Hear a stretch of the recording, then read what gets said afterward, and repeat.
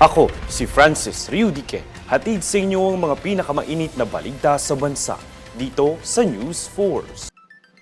Sa ulo ng mga balita, mga bakwit ng Bulkang Kanlaon sa evacuation centers boboto.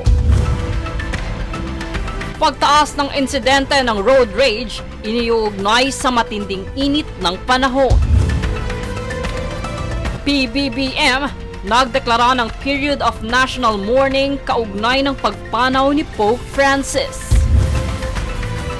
PNP kinundena ang insidente ng pamamaril sa alkalde ng Cagayan. Presidential Medals of Merit nakatakdang igawad sa 4 na yumaong iconic Filipino women.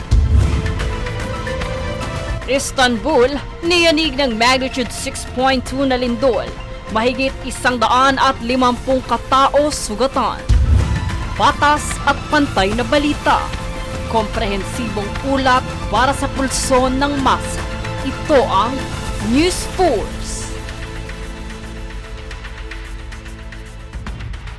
Para sa unang balita, matapos paigtingin ng Department of Health o DOH ang kampanyang Alas 4 kontra Mosquito, naitala ang pagbaba ng kaso ng dengue sa buong bansa mula March 16 hanggang March 29.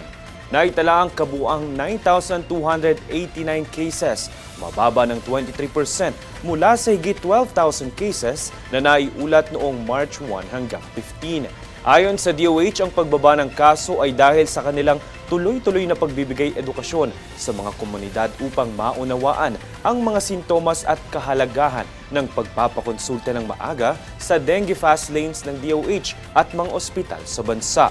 Ngunit sa kabila nito, hindi pa rin dapat makampante ang publiko sa pagbaba ng kaso at panatilihin pa rin ang paglilinis at maging alerto sa mga sintomas ng dengue. Samantala, hindi papayagan ng Office of Civil Defense na makabalik sa kanilang mga tahanan ang mga evacuees ng Bulkang Kanlaon kapalit ng pagboto sa darating na May 12 elections. Sa halip, papayagan lamang silang makaboto sa mga evacuation centers at ibang polling precincts. Hanggang sa ngayon kasi ay hindi pa rin pinapayagan ang mass gatherings o pagtitipon sa mga pampublikong lugar dahil sa aktibidad ng bulkan. Samantala, base sa pag-aaral ng mga eksperto, lumalabas na ang pagtaas ng insidente ng road rage ay naiugnay sa matinding init ng panahon na kasalukuyang nararanasan sa bansa.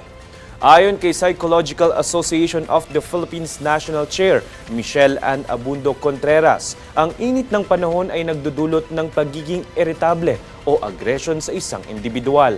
Dagdag pa niya, ilan din sa dahilan ay ang pagod at matinding trapiko na nakakapagdulot ng stress, pagkainip at frustration sa mga motorista na kadalasang humahantong sa agresibong pag-uugali sa kalsada. Sa nalalapit na eleksyon, opisyal nang inanunsyo ng Commission on Elections o COMELEC ang muling pagbubukas online ng Precinct Finder para sa mga botante.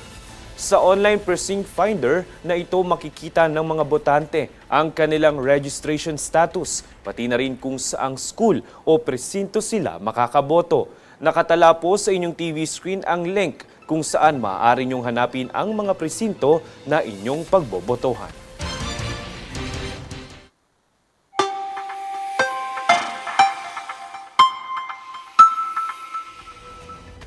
Hindi ba alam kung paano matutukoy kung gaano kainit ang panahon sa inyong lugar? May solusyon po dyan, ang Philippine Atmospheric Geophysical and Astronomical Services Administration o PAGASA.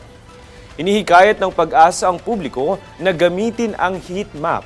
Oras-oras na nakamonitor rito ang mga lugar na nakararanas ng pinakamataas na heat index. Sa lagay na ito, matutukoy kung gaano kapanganib ang dulot ng matinding init na posibleng mauwi sa mga heat-related illnesses tulad ng heat stroke, dehydration at fatigue. Susunod sa News Force. DBM nagsagawa ng pagpupulong sa public financial management para sa matatag na pamamahala ng bansa. Senado binigyang linaw ang mga fake news at misconception sa Magna Carta of Filipino Seafarers. PBBM nagdeklara ng period of national mourning kaugnay ng pagpanaw ni Pope Francis.